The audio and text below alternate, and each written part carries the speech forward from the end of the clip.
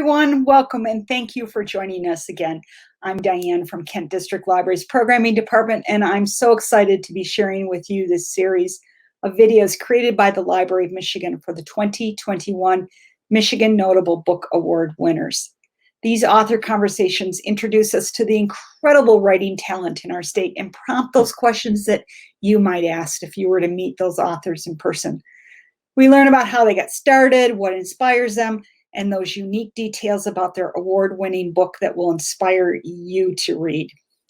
Today's conversation is a great one with Tom Springer about his book, The Star in the Sycamore, Discovering Nature's Hidden Values in the Wild Nearby. I really hope you'll enjoy today's author conversation.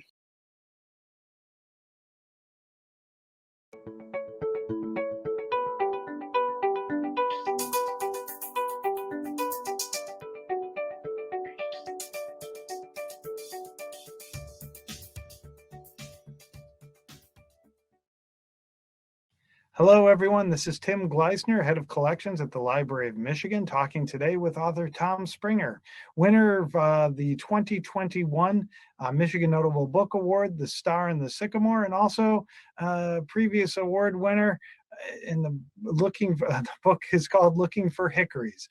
And so again, here today with Tom Springer, the author of Star in the Sycamore. Tom, how are you today? I'm great. It's a beautiful summer day here in Southwest Michigan. Fantastic. Where are you about? I'm in Three Rivers, so that's about 25 miles south of Kalamazoo. You know, we're in Michigan, so we always do this. Yes. You know, and it's definitely a sort of prairie oak opening country, and a lot of rivers and lakes where I'm at. So it's a nice place, nice mild-mannered Midwestern place to live. Fantastic. So I'm just going right into it. Could you just share a little bit of your background and what, how did you become a writer? I think, like a lot of writers, I first became a reader. And from age 6 or 7, I love books. Reading is something I picked up really easy. I had a mom who didn't ever go to college, but she loved to read to her kids. And she used to take us to the library every week. So that's why I'm still a huge supporter of libraries. I know what a powerful role they can play in the life of kids and families and communities. And that just, she was not afraid to give us books that were beyond our reading level. My brother and I are really interested in history and I in sports. And I would run out every day back when we had daily newspapers and pick up the day paper. We were living down in Melbourne, Florida, reading about the Tigers because we were emigres, right? It was 1968, and I remember getting up every morning and reading the newspaper. And then that love of books followed me into school. But unfortunately, what happened to me in school is I was really a lousy student.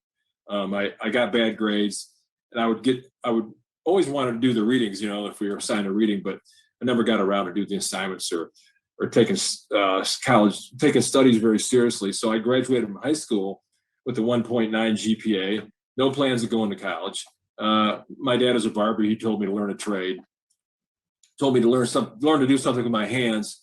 So that my first failed attempts were in heating and air conditioning. I tried that till I was, 26 or 27 and realized that what I'd have to do with my hands was probably going to involve a keyboard rather than a acetylene torch or sheet metal tool. So I just sort of went back to university and again wasn't sure what I wanted to do. I thought human resources or something, and I kept getting good grades in my writing classes, and finally it hit me, well, maybe this is something I could do for a living. So I managed to focus on journalism, public relations as an entree into writing for a profession. Sure. Okay. So now go into public relations journalism. But your books, now I've read both of them, wonderful books, very decidedly different. How would you describe your books? Well, when you work in public relations journalism, you're sort of like a horse that's harnessed to the needs of the organization, right? Annual reports, speeches, books, news releases, videos. And I've worked for great organizations like the Kellogg Foundation and Borgess Medical Center and later Notre Dame. And the organizations were doing work that I believe in that makes it easy.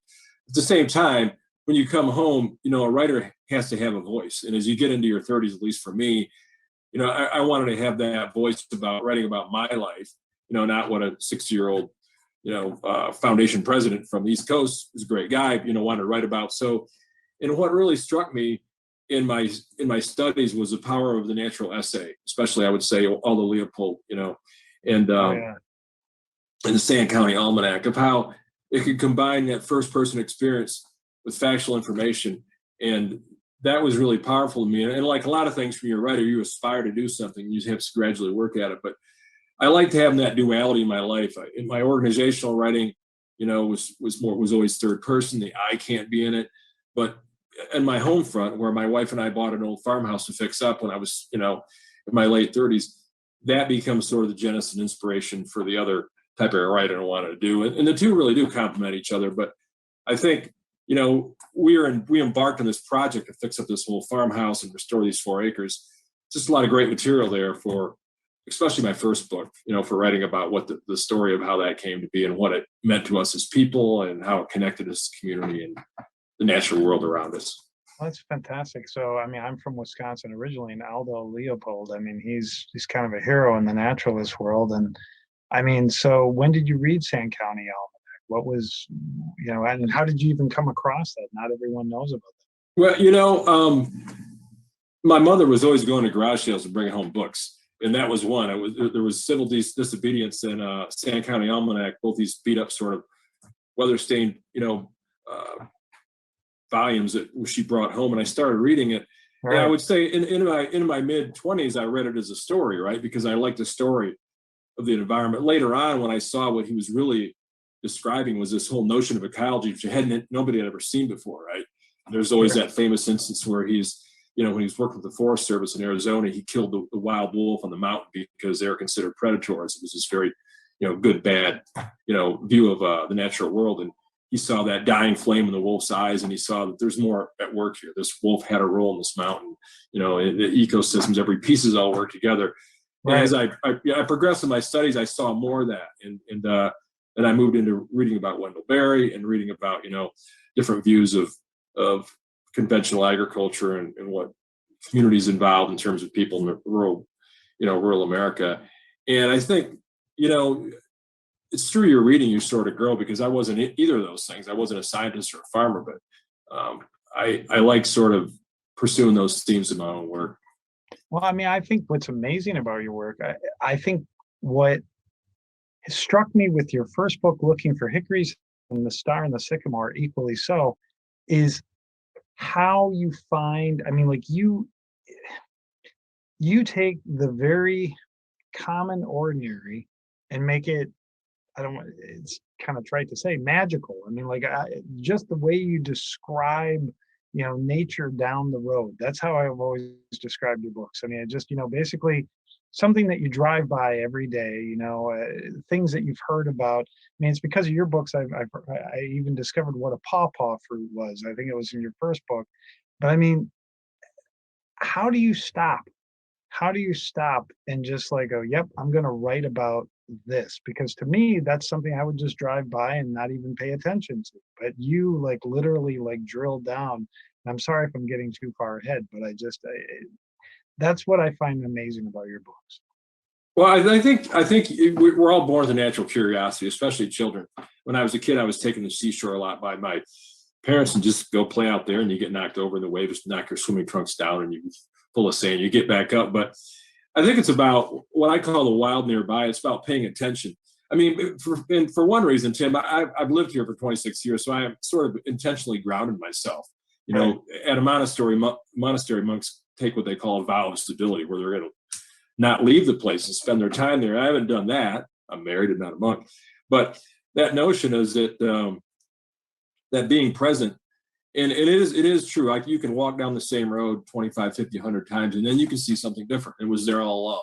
Right. And I still try to do that, even though it's so easy to get in the ruts of our behaviors. And I think that is, this is such a peripatetic, I love that word, nation where people don't stay and people do move and pick up and move. And we certainly moved a lot as a kids. I lived in like a dozen houses. Right. And the natural world is so it's so resilient that it shows up in places you least expect it. And that's where I like to have these aha moments, is that just follow your curiosity. What is that tree? I've gone by it a million times. How can I learn more about that? And once you do, you get enthusiastic about that. And hopefully that carries into your writing. So I got to ask about that. I mean, because, I'm a librarian archivist. How do you research it? I mean, like that's the thing that I find amazing. I mean, you're walking by that same tree. Do you just stop and say, "What is that tree?" And then you just go and dig into it more? Like, how do you research some of these essays? I started with books, and Donald Colross Petey, who wrote these beautiful essays. The natural history. His book. It's about, I don't have it here. I'd hold it up. It's about that thick, and he wrote it back in the 40s about Donald Colross Petey, Peattie. You just have to read these. It sounds a little floral, but he was an amazing scientist who really did what we call good, science communications, and able to write the stories of these trees and find out about them that way. So I kind of get to know them in a literary way. That was really helpful. It got me inspired to want to write about them as separate creatures. Then I go on the web and I go to reputable sources like Michigan State University or any place that has a good forestry program. I want to learn about the specifics of the trees, at least from a general scientific notion.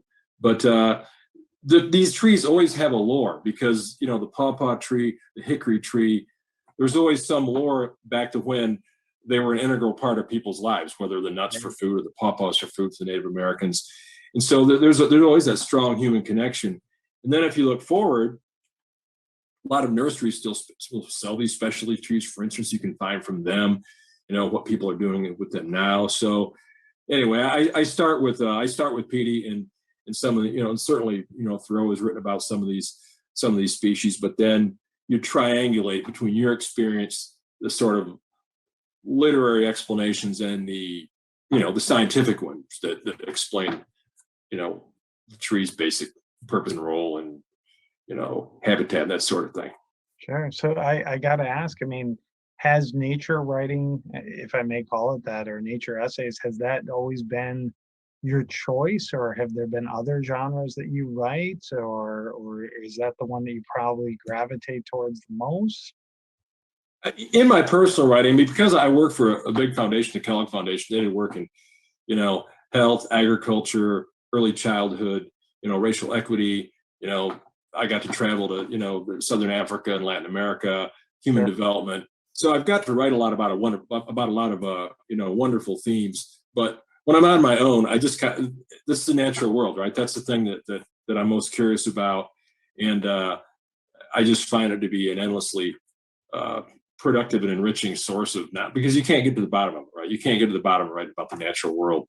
There's always some new plant, some new wrinkle. And it's just like some people ask me, have you ever thought about writing a novel? I mean, I might as well try to write in Sanskrit. I just wouldn't. I like novels. I just wouldn't know how to do that. How do you start? Create this whole world, all these characters, have them all work together, and I've certainly met enough interesting characters as a nonfiction writer that has satisfied my need to describe people who are a little bit off kilter. Well, you talk about Sand County Almanac, and I'm going to take it that that's a major influence for you. But I mean, I think the difference is, and I'm speaking at a very personal level because I've read your books and Aldo Leopold's and Wendell Berry. I find yours to be much more accessible. I find yours to be, and I know I'm not supposed to interject a critique here, and I don't mean it in a bad way. I think it's fantastic because, quite frankly, sometimes I slog through Aldo Leopold and others. But I mean, describe that process to me. I mean, how much editing goes into your work? Because you do make it very precise. You do make it very accessible for someone like me. Well, first of all, I'm a layperson. I'm a generalist. I'm a mile wide and inch deep, some people might say. And I've spent my career working around academics, both in the foundation world and at Notre Dame. And I'm not burdened by a huge excess of knowledge, so I don't have that. And I don't mean that sarcastically. When you know so much, about some field of study and you sat down to write it as a layperson, it's really difficult because you're hearing all these voices, where every sentence needs a citation and you're saying, okay, if I write this in plain speak, will my colleagues and the people I admire in my other discipline think less of me because I'm trying to be too simple with it? And I don't have any of that. I just start with a love for creation and an interest in these creatures and try to write about them.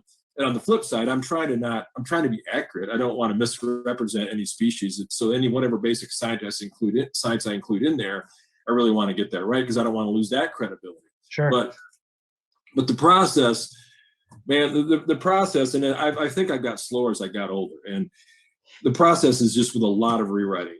I'll rewrite an essay 30, 40 times, at some point, because every time I start writing, I go back through it again.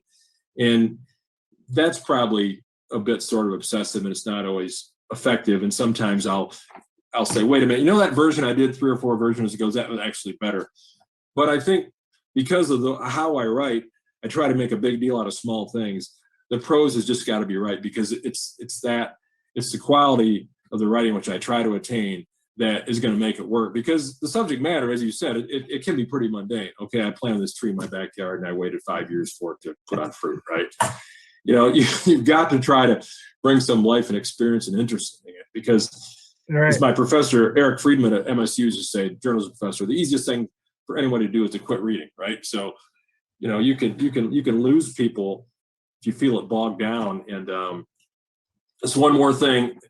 A huge fan of reading my work out loud, and always trying to get the pacing and the sort of tone in it. So, because if it doesn't read right verbally, then when people are reading it, they're going to get bogged down and pick up their smartphone or something and stray into something else. Exactly.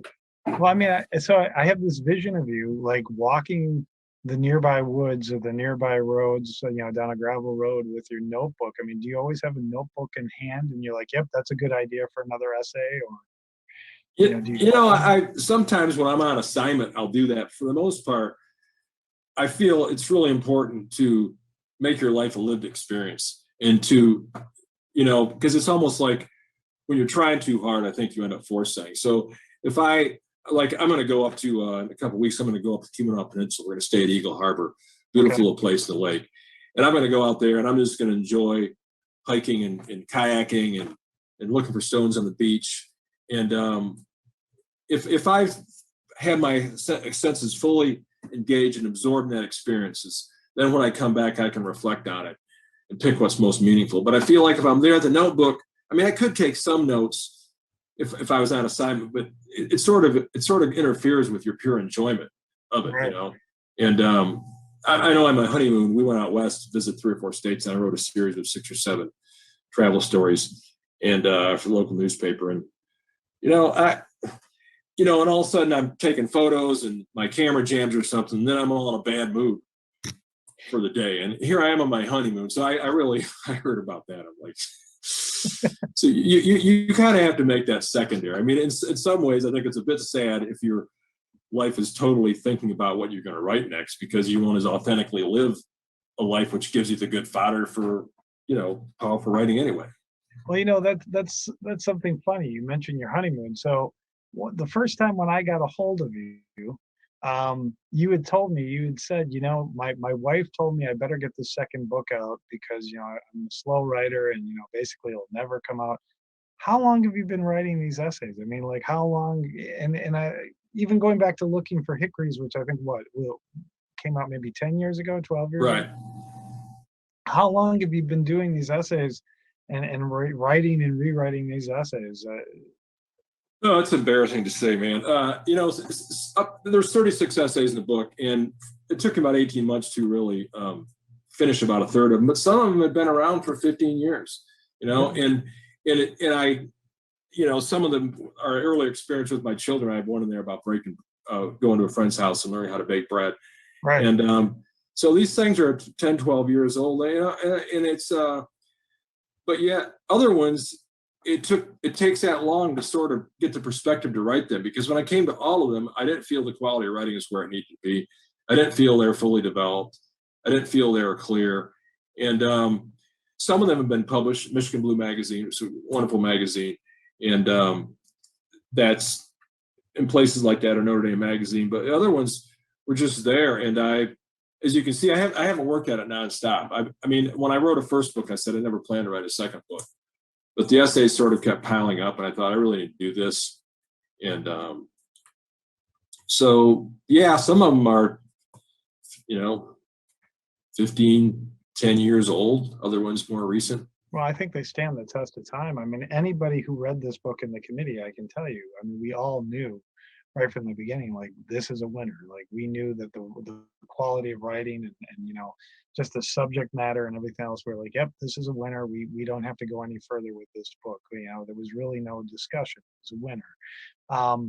And saying that, uh, I mean, who's vetting it? Is your wife? Is she your main reader? Before it gets published, is she looking at these, or is it just you? And my wife is, I've said before that a lot of people want to be a writer. Not a lot of people say they want to be married to a writer. So, writing in books and words is not really her thing. So right. she will read it when I'm done, but she trusts me. And it's a lot of trust to think, those essays that deal with the personal details of her life, that I'm going to be fair and honest. And my kids think I exaggerate everything, which I probably do, because, you use a little bit of focus to make a point. But and I've been criticized with my first book that I wasn't personal enough in the book, about that I was just like this guy who was holed up in his office and he had a wife and kids, and why weren't they in the book doing things? And I think their thought was, you're sort of self-absorbed, which is certainly true as a writer for me. But my response would be, they didn't ask to be in my book. They're in the book, but I don't feel like I have the right to plumb the depths of their lives and try to ascertain things. I'm not a novelist, and I respect the privacy and boundaries that they have and we have in our own life. So I haven't done that. Now I'm forgetting what your question was exactly, but well, who reads your work? Who reads my work? Well, my biggest fan was my mom, and my mom passed in March 21st. And I'm sorry. After a long and really healthy life, and she died at my brother's house, who lives down the road, and we had hospice in there caring for her. It was the best that the circumstances could be. So, she's the one who, when I was going to heating and air conditioning classes at community college, which is my big first sort of academic venture, right, when I was 23, because I hadn't planned to go to college, said, I think you ought to do something with that writing, she said. I mean, this is just based on a few pieces she saw that I did in like English 110, where you're asked to write about your vacation or something like that. Most people hate doing it. And so I think I would always have her read things, because she also worked in a library her whole life. She read thousands of books. And she had a good eye for picking up things that were inaccurate. As I got farther in my career, I would give her stuff and take her input, but it was less and less important. Although, as a son, your mom's approval is always important. I hate to say that, but if she really liked things, and there's essays in the new book that she didn't like, and she'd be clear about that too. But I knew they had to be in there, but she was mainly it. And I guess that's one thing. Maybe it's living in Southwest Michigan, in a place where there's not many writers per capita, right? And there's not really a writers group. I don't really have that. I've just had to sort of learn to follow my own ear and compare myself to what I see in writing. And ultimately, an editor's going to see it. But I was edited at work quite a bit. I had a really good editor in my organizational life, so that helped me with a lot of the structure and basic, accuracy of writing. But my own stuff, I was kind of on my own. And if I could sell it and make it work, I guess I did. And I let the writers be the judge, or let the readers be the judge. But what's the hardest part of the experience? Like, what do you think is? I mean, is it the editing process? Is it just finding ideas? The hardest part is hitting the send button when you finally have the manuscript done and it has to go out, right? Because that's the hardest part. It's actually finished when you think it might be finished, right? Yeah. The hardest part is knowing when to stop, and you really have to stop. It might get better, but if you keep this up, you're never going to get a book published. Okay. And I was encouraged, because even E.B. White, who's another big influence on mine, his essays, E.B. White is a writer. He was living at this farm up in Maine, and he would mail his pieces home to the New Yorker. He would go into town, he would put it in the mailbox. There's always this little procedure. Then he would drive home, and the postmaster knew not to mail that thing yet, because E.B. White would be driving back and asking for his piece back so he could do some more rewrites on it. Something would strike him on the drive back. And, you can't always do that with email. But so, that's the thing. Nothing is ever really done, but nothing will ever get published, right, if you don't get it out there. So I think that's the hardest part, is really trusting that this is going to work, and that the readers will have to pick it up from there and finally be the judge. Well, what was that thing that finally prompted you to write a book? I mean, obviously, it took a while, but like, what made you finally decide, like, yep, this is going to be published? I'm actually going to go out and write a book, not do what I'm doing for the foundation or Notre Dame, but I'm actually going to publish a book. What finally, pushed you into that? Well, with my first book, I was working on a master's in environmental journalism at Michigan State, and Howard Boston, who was my advisor, really told me that you should think about, you should put these essays together. You could sell these things, and and a friend of mine who got a book rejected by Mary Irwin at University of Michigan Press, he said, Mary didn't want to read she said she didn't want to publish my manuscript, but she said she really likes people who write about natural world and essays and that sort of thing. Kathleen Stocking at the time, she wrote Letters from the Leelanau, which is a really popular book. Oh, sure. And so you found that, and I didn't realize how important that was, that having an editor that really appreciate your work. Pretty basic fact, but I sent her the manuscript, and oddly enough, I ended up taking about a 3-month leave from work because I was really exhausted, burnt out, and had anxiety and headaches and all this stuff, and didn't check my email for 3 months. And I remember coming back, finally getting back to my email, and there was an email from her that's saying, "Oh, we're really interested. Why don't you send it along?" I'm like, holy cow. This is for 3 months that I got with her. She says, "Yeah, I just figured that writers are kind of flaky sometime. Maybe you decided you didn't want to publish after all." Like, no. So the big prompt there for me at the time was that I was 45, and that really seemed old at the time. I should get this book out there. And maybe the second prompt on this one is that I was turning 60, and that, had I just wrote all these essays for nothing? And frankly, it was hard because my book was rejected by University of Michigan Press and about 5 or 6 other university presses. And I began to feel like the guy who has a broccoli on his teeth, right? Is there something wrong with this? Is this really bad? And I will say it made me go back and really work at it to make it better. Right. And when you send in a manuscript, you send your best essays. And I was told that these books weren't sell. I think, but I didn't believe that to be true. I knew a lot of people that asked me to write a second book, so I thought it was worth pursuing. Once you get so far on something, you don't like to see all that go to waste, right? I mean, here's this collection. Let me just ask. So, Star in the Sycamore was rejected by 5 or 6 universities. It was. Think of about every 6 of the Big 10 university presses, right? That could reject it, and I just don't think, looking at their work, they weren't publishing this type of thing anymore. Okay. And I understand that publishing takes different direction. But Sure. The argument that it didn't sell, it was in its 4th printing at University of Michigan Press. And, they're not big printings, but, university presses, to their credit, will push academic books. They have a pretty narrow audience that are important. And I felt this book, even though it was a popular book, it wasn't an academic title, I think it had merit. But, you get new editors in, and they have different interests. I think that's part of it. And I understand that. But I just couldn't get any, I just couldn't get any traction on it. And frankly, that hurt, man. I thought, okay, I published this one book. It was a Michigan notable book. I thought it was an entree to the next one, but it really taught me that there's no guarantees in publishing. Okay.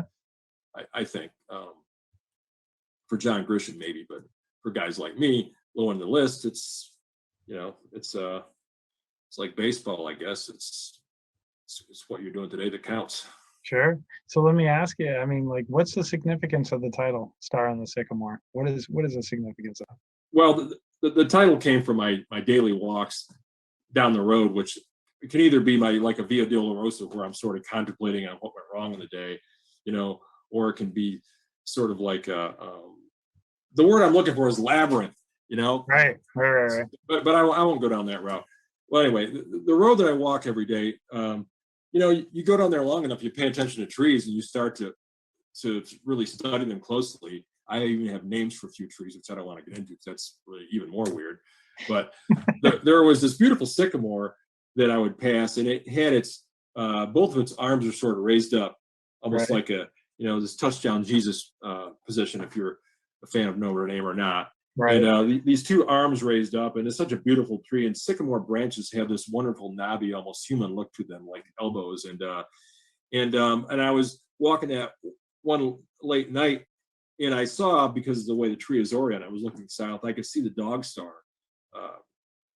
Sirius was sort of in its crown, right? It was like all these were sort of wearing it. It was a winter night, so there wasn't any leaves in the trees. And it sounds really poetic, but I saw the connection between the tree and the star, because in the winter it's a great time to look at trees because they're really bare of all their leaves. You can see their form and their shape. And this tree, I realized, had grown, in immediate reaction to the light that it received from the sun, from our star. And so there is a connection. Every tree that ever grew on the earth grows in relation to the light that it receives from the sun. Mm-hmm. It turns toward the light or away from the light.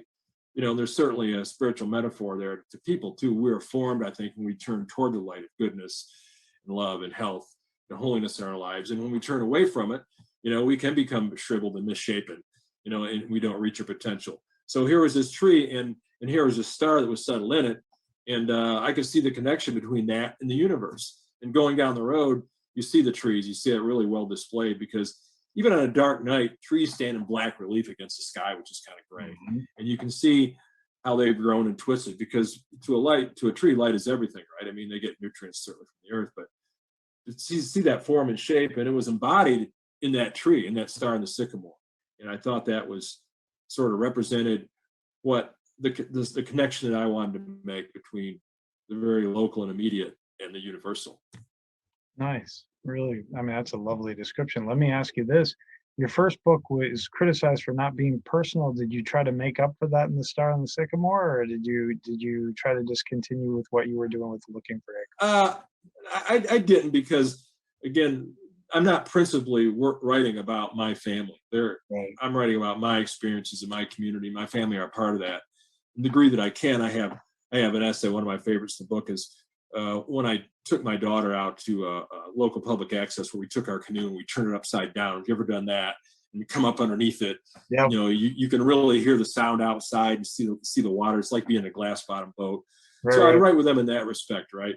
Or I write about the fact I'm going to, that we're baking bread. I write about the fact that I make them do this roadside cleanup where they pick up all these wine bottles and have the dregs of this cheapo wine in it, things like that, which I think there are activities we had to get together, but I'm not really getting into personal business. So I like keeping at that level. But I think the one thing I did try to do different on this book was because I've been exposed a lot more to scientists who are doing leading work around climate change or restoration, was try to write more about how we can care for the natural world in a way that can make a difference in our life and improve the places around us. And without, as you say earlier, not trying to overburden people with science, because I'm not a scientist anyway. Mm-hmm. But I was more interested in having a point of view toward, restoring the earth and keeping it healthy than maybe in the first one. Nice, very nice. So let me ask you, what is your favorite piece in this book? Which one do you think stands out above all the rest? Well, there's two pieces that are really meaningful. And I would say the first one is it's from The War to the Woods, and it's about an experience that I had on an airplane coming back from a business trip, and I met this young man, and he was 173rd Airborne. He was coming back from Afghanistan on a 2-week leave, and this is like, you talk about culture shock. He was still in his uniform. You could still see he had this red clay on his boots and his fatigues and neck sunburn. He had been up in the Hindu Kush on this outpost, right, where they were, still taking incoming fire from the Taliban. And then you get this 2-week leave, right? And all of a sudden you get in a helicopter, you go back to your base, you get in a plane, and he was coming back. I think his family lived up around Baldwin. And I sat next to him, and I had this weird experience in the morning where it sounds really stupid, but it's true. I used to be in the National Guard, and I have this shaving kit with this little mirror in it, which I don't use anymore. I just carry it around, and it has the logo of the 173rd Airborne on it, and and I just that morning, like, why am I still carrying this thing around? I mean, this is ridiculous. I'm in this hotel, a nice big bathroom, and my work sends me to good places and good accommodations. This is kind of goofy, right? I was rooting around looking for some Advil. I had kind of a hangover, actually. Get up early in the morning on a flight, And so I get to the airport in Atlanta. I was leaving Albuquerque, and I'm walking toward my terminal, and I start walking beside this guy, and I look up, and he has a unit patch of 173rd Airborne on it. So, wow, that's really interesting. And so we walk along farther. Atlanta's a huge airport. Sure. We get closer, and all of a sudden he turns off my gate. So, wow, he's on the same flight I am. He's on the gate. And then we're standing in line to get our seat assignments. I get in the airplane. This is an airplane like 170 people in it. Mm-hmm. The guy's sitting next to me. Okay, so here's the guy sitting next to me. So to me, it was beyond coincidence, right? That I'm sitting next to this guy, and I feel there's some reason. And I start talking to him, and he's discussing the war, his combat, and his voice is sort of a staccato voice, and he's using this military term, so you could tell he's still kind of just revved up, right? And I asked him what he's going to do. And he's going to go home, and it's very emotional for me. He said he's going to go out in the woods. He's going to go hunting, and but he said bow hunt. He says, I really don't want to be around a gun right now, And it was so cool to feel that timbre in his voice change. We started talking about hunting and fishing, and it was like that's what he needed right then, right? He didn't need to talk about war. He needed to talk about Michigan. Okay, very cool. Very cool. And it was just this little window in time, this aperture opened up on the universe, and we had this conversation. And he calmed down. You could hear him calming down.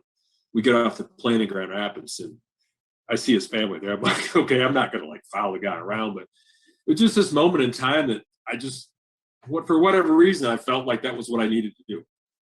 Okay, very nice. When you're ready, can achieve that, because I couldn't plan that million years, Yeah, but, that's amazing. So, I mean, is that how you get the feeling to write an essay? I mean, you have these moments where you're just like, yep, this has to be captured.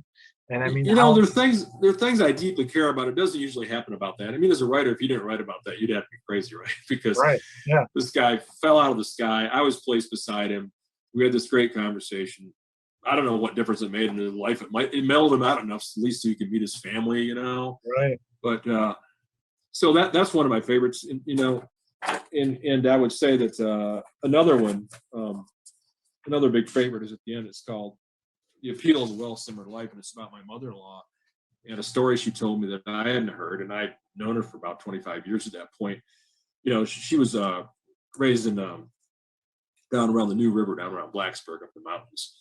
Okay. They didn't have a horse or anything until they got water from a well. I mean, it's very much an Appalachian life. And she moved here in the early 60s with her husband, and her husband's brother has an orchard, and she has worked there and been a school custodian, done different things. And she makes apple butter, and all these different things that she cans, like asparagus. Now I wanted to be over there to see how she did it, because I really liked her apple butter. And so I went over there to work with her day after Thanksgiving. And of course, if you don't get there like at 5:30, you're not going to do anything. And by the time I was there, she was done working pretty much. She peels apples by hand just in a blur. It's amazing. And she started telling me the story as she was working. And it's the kind of story that you probably hear when people are working together, doing something with their hands, and they're just kind of chatting back and forth. Mm-hmm. And it came up that, she was talking about her home, about the time when she was 6 years old. And this is a big family in Appalachian. She was babysitting her little brother. Okay. And they lived in a house down by the railroad tracks where the trains would come with the coal coming out of the Blue Ridge. These trains would come by loaded with coal. And somehow her brother had sort of crawled out of the railroad tracks. And this train comes along. And I mean, really, a kid in the railroad tracks, a train full of coal, screeches on its brakes. It stops just enough to hit this kid in the head and crack its skull, and they're up in the mountains. You can't get a doctor easily. They called this woman who's a midwife and sort of a natural healer to come with this child and sit for a couple of days while they're all praying outside. It's an amazing story, right? Right. And the child survived, just his brother. I know him now, and it's like a steel plate in his head, but it was just so powerful. I mean, it just bubbled up, and it just bubbled up just like the apple sauce and apple butter did. It just came up, and I didn't know that.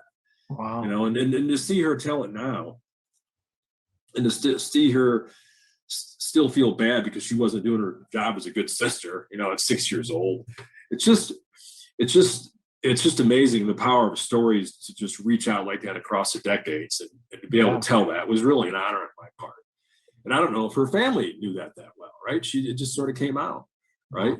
And you got to watch what you tell to a writer, even if it's your son-in-law. But I think it honored her.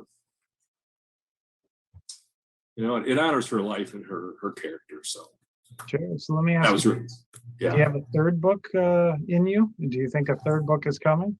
Man, if it has if the last one had the gestation period of a 17-year cicada, just about. So, I mean, I've got to get at it a little bit. I don't think I can write a third book of the kind that I've written right now because, the idea of so much about it was growing up and learning more about my sense of place and about the place where I live. I feel like I'm about to tap that out. So my third book will be a little different. And I'm not sure what that's going to be yet, and I don't want to force it. Obviously, you're not forcing anything if it takes you, 15 years to put out a book. But I won't do one unless I can do it right. So I've got to find that. I've got to find a new sort of structure or a new sort of thing to write about that I haven't already written to death, I guess. Very nice. So let me ask you this. What did it mean to be a Michigan Notable Book Author? I mean, when you heard that? Well, I think this time it meant even more than it did the first time around. Really? Because the first time around, it all seemed easy. I sent the manuscript to one publisher, University of Michigan Press. Within a couple of weeks, I'd got a favorable reply. They wanted to publish it. Okay, they wanted to publish it. And then, as part of that, because the university does a good job of promoting their books, the book, is able to have the visibility to be named a Michigan Notable Book. I hadn't, frankly, heard of the program before that. I was gratified and humbled and all these things to be so recognized.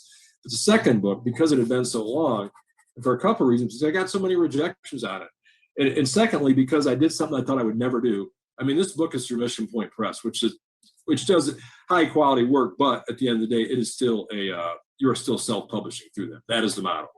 And it was hard on my writer ego to say, okay, this book has been rejected by 6 or 7 presses, and now I'm going to go out and self-publish, which, used to be the kiss of death, right? And because the field of self-publishing, and deservedly so to an extent, there's books that are not of the quality otherwise get published. It doesn't mean they don't deserve to be out there. If you have a story to tell, by all means do it. Right. But going the self-publishing route was hard for me because it was a bit of an admission to the fact, look, I can't get the conventional presses to bite on this. But at the same time, the publishing world has changed immensely, as you know, since 2010. So mid-range writers like me, there just aren't the presses that are out there to service a lot of good writing. And so I think looking at the ability of Mission Point Press to really still have a good editorial process, still do a great job with the design, that was really important. But, and it's a big but having Michigan Notable Book, having Library of Michigan name the Star and Sycamore Michigan Notable Book, that was a huge imprimatur for me. That was a stamp of approval that I felt I needed, both personally and to go market the book to say, look, okay, I got this through a different route. I got this through self-publishing, but right. This field of esteemed book reviewers was able to see the merit of my work and to say that it deserved to be called Michigan Notable Books. That means everything. So it means a lot more to me this time around than it did the first. And I greatly appreciate it because it's important. And I think the publishing world has changed, and I think you should recognize good work in whatever form it comes out. Well, fantastic. Well, thank you, Tom. And we really enjoyed your book. And just to let everyone know, we're talking to Tom Springer, the author of The Star and the Sycamore, winner of Michigan Notable Book Award 2021. And Tom, thank you for being here today with us, and thank you for talking with us. That's a wonderful opportunity. I appreciate it, Tim. Oh, and thank it's been great. you. And everyone, just look forward to other videos. They will be coming out shortly. We'll be talking to many of the award winners this year. And with that, Tom, thank you so much for today. Thank you. All right. Have a good day now. All right. Take care. You too. Bye-bye. Bye.